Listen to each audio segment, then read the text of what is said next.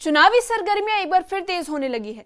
चुनाव आयोग ने साफ संकेत दे दिए हैं कि जम्मू कश्मीर की नगरोटा और बडगाम विधानसभा सीटों पर उपचुनाव बिहार विधानसभा चुनावों के साथ नवंबर के पहले पखवाड़े में कराए जाएंगे। नगरोटा सीट बीजेपी नेता देवेंद्र सिंह राणा के निधन के बाद खाली हुई थी, जबकि बडगाम सीट मुख्यमंत्री उमर अब्दुल्ला ने गांदरबल को बरकरार रखते हुए छोड़ दी थी। करीब 11 महीने से खाली इन सीटों पर अब जनता अपने नए जनप्रतिनिधि चुनेगी।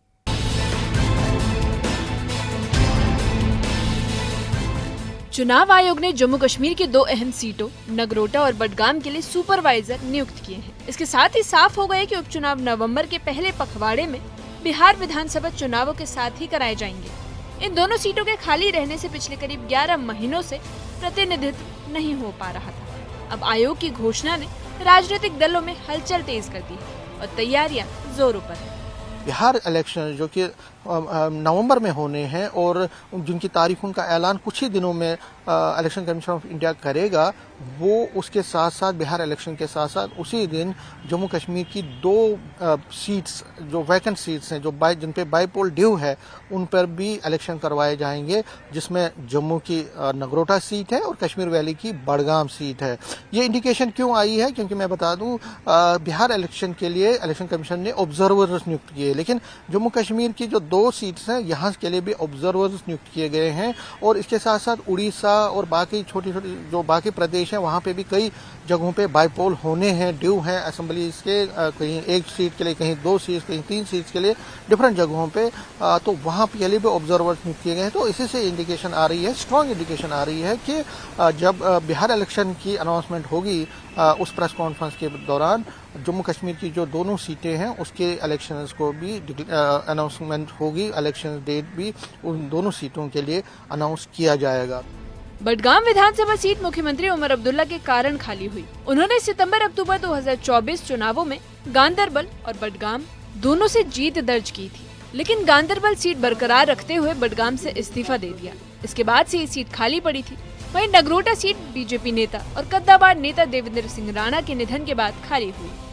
नगरोटा की बात करें, जो नगरोटा की कॉन्स्टिट्यूंसी है, वो उस पे देवेंद्र सिंह राणा जो बीजेपी के थे, वो चुनाव जीते थे 2024 में जब इलेक्शन हुए थे, असेंबली इलेक्शंस। तो उन्होंने जो अपने निकटतम जो उनके कैंडिडेट थे, निकटतम प्रतिद्वंदी, उनको वो नेशनल कॉन्फ्रेंस कांग्रेस अलायंस के तो नहीं थे, क्योंकि कांग्रेस ने भी अपना कैंडिडेट लिया था। नेशनल कॉन्फ्रेंस के ही जो मेन कैंडिडेट थे, उनको 30,000 वोटों से जो है हराया था, उनको शिकस्त दी थी।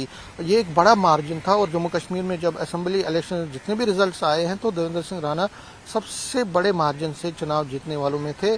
जीए मीर भी उनमें से थे, लेकिन देवेंद्र सिंह राणा ने भी 30,000 वोटों से के अंतर से अपने जो निकटतम उम्मीदवार थे उनको हराया था। तो एक बड़ा विजय प्राप्त की थी उन्होंने। नगरोटा सीट जम्मू क्षेत्र की राजनीति के लिहाज से बेहद अहम मानी जाती है। यहाँ से दिवंगत बीजेपी नेता देवेंद्र सिंह राणा का कद इतना बड़ा था कि सीट उनकी व्यक्तिगत पकड़ से जुड़ी मानी जाती थी। उनके निधन के बाद बीजेपी को यहाँ अपना जनाधार बरकरार रखने की चुनौती है। वहीं दूसरी ओर विपक्षी दलों का मानना है कि जनता बदलाव के मूड में है और इस उपचुनाव से बीजेपी की साख और पकड़ की असली परीक्षा होगी। देवेंद्र सिंह राणा की जो बेटी है, वो प्रॉबल है, उसमें बीजेपी को लगता है कि एक सिंपैथी वोट भी आएगा। और दूसरा, एक लेडी का चेहरा है, और वहाँ पे क्योंकि देवेंद्र सिंह राणा ने एक बड़े मार्जिन से चुनाव जीता था, तो उनको लग रहा है कि वो फिर एक बार रिपीट करेंगी। दिव्यानी राणा जो है, उनमें वो कैपेबिलिटी बन रही है, धीरे धीरे वो मेहनत कर रही है। वो कहीं ना कहीं वो अपने उस परफॉर्मेंस को रिपीट कर सकते हैं, जो देवेंद्र सिंह राणा ने किया था, उसको अब ये रिपीट कर सकती है। बडगाम सीट घाटी की राजनीति का अहम केंद्र है। यहाँ पर नेशनल कॉन्फ्रेंस और पीडीपी का हमेशा से दबदबा रहा है। इस बार उपचुनाव में कांग्रेस और अन्य दल भी अपनी किस्मत आजमाएंगे और माना जा रहा है कि बडगाम में उपचुनाव एक तिगड़ी सियासी जंग साबित होगा। यहाँ मुख्यमंत्री उमर अब्दुल्ला की विरासत और नेशनल कॉन्फ्रेंस की पकड़ को परखने का मौका मिलेगा। वहीं विपक्षी दल इसे अपने लिए बड़ा मौका मान रहे हैं। अब 1 साल से भी ज्यादा गुजर चुका है। बडगाम के बाई इलेक्शंस का इंतजार है वहाँ के लोगों को, नगरोटा के लोगों को वहाँ के बाई इलेक्शंस का इंतजार है। उम्मीद है कि बिहार के साथ साथ जो है बडगाम के बाई इलेक्शंस का भी ऐलान होगा।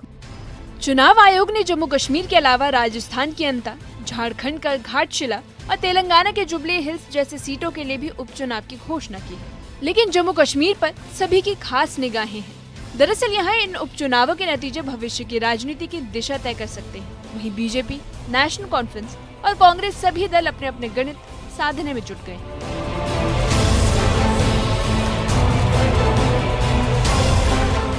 इन दोनों सीटों के उपचुनाव न सिर्फ स्थानीय राजनीति बल्कि राष्ट्रीय सियासत के लिए भी अहम है। नगरोटा से बीजेपी की पकड़ और बडगाम में नेशनल कॉन्फ्रेंस का जनाधार, दोनों की परीक्षा होगी। नतीजे तय करेंगे कि आने वाले विधानसभा चुनावों में जनता किस पर भरोसा करती है।